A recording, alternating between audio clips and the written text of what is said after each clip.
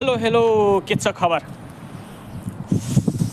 चितवनमा सोभिता गौतम र रेणु दाल बीच धन्नै अनि सोभिता गौतमले रेणु दालसँग डबल मतान्तरको दलको हिसाबले सोभिता गौतम विजयी हुने अनि घोषणा गरेसँगै सेतोपाटी विवादमा तानिएर निर्वाचन आयोगको ध्यान आकर्षण भन्ने थियो।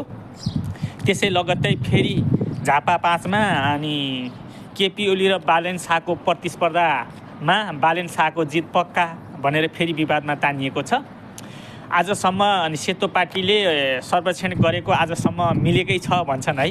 कहाँसम्म कुरो हो, यदि बालेनले जिते भने र बालेन भनेको नयाँ उदाउँदा पात्र हुन् र केपी ओली भनेको पटक पटक सत्तामा पुगेर सत्ताको मोह चाटेर ठुला बनेका हुन् र यदि केपी ओली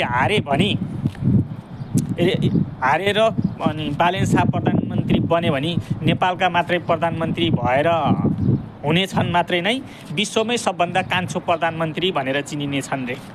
यो इतिहासको पाना बन्ने छ भन्ने एउटा अनि रासोपाको चर्चा छ।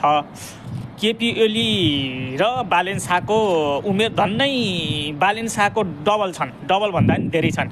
बालेन शाहको उमेर 35 वर्ष छ भने केपी ओली अहिले हाल उनको उमेर 74 छ। यदि यिनी दुईमा जित हजुरको चाहनामा